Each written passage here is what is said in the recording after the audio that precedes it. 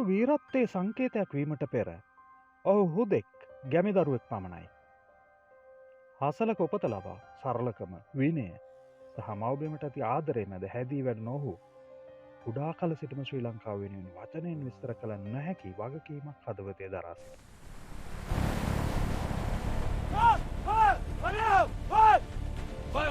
මව්බිමට ආරක්ෂකයන් අවශ්‍ය වූ මොහොතේ ගාමිණී දෙවරක් සිදුවේ නැහැ.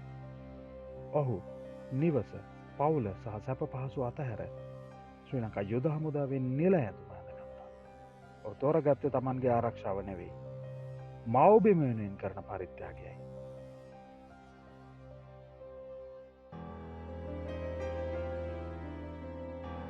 සෙසු සැබළුන් අතර ගාමිණී ප්‍රසිද්ධ වූයේ ඔහුගේ නිලතල නිසා නෙවෙයි, ඔහු සතු අසම සම ධෛර්යය, පක්ෂපාතිත්වය සහ රටන්වීමේදී ඔහු පෙන්වූ සංසුන් බව නිසයි.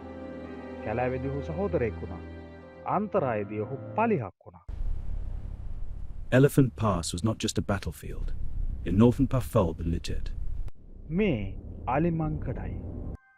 කලපු සහ විවෘත භූමියෙන් වට වූ පට්ටු බිම් තීරුවක්. මේ සටන් බිමකට එහා ගිය දෙයක් වුණා.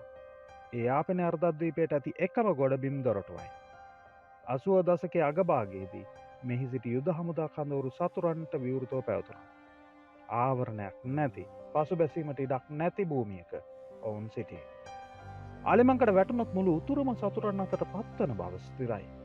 අප සෙබළුන්ට මේ රැක ගන්නයි නියෝග ලැබුණේ ඒ පහසු නිසා නොවේ. ඒ අත්‍යවශ්‍යම වූ නිසායි.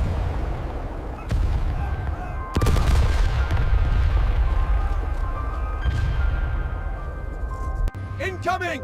Take cover now!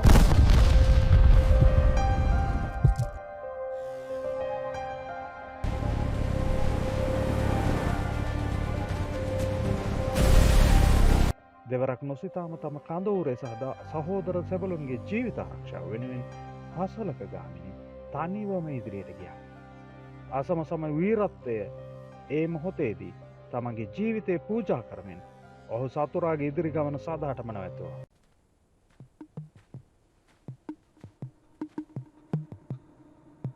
සතුරන් අතර වුණා.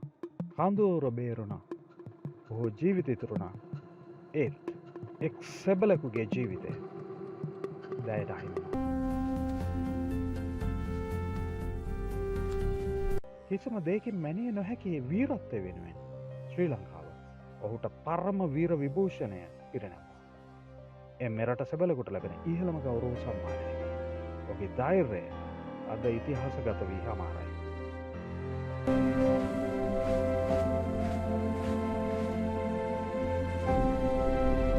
අද ශ්‍රී ලංකාව නිදහස සමරනවා. නමුත් නිදහසේ තම යුතුකම් කොටස වගකීම මව්බිම වෙනුවෙන් ඉටු කළ අසලක ගාමිණී වැනි වීරයන් අද ඒ නිදහස සැමරීමට අප අතර නැහැ.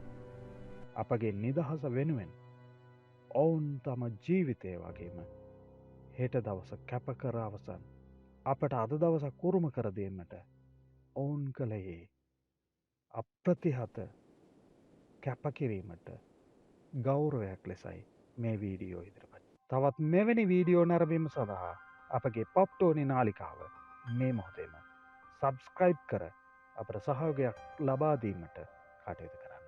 බොහොම ස්තුතියි.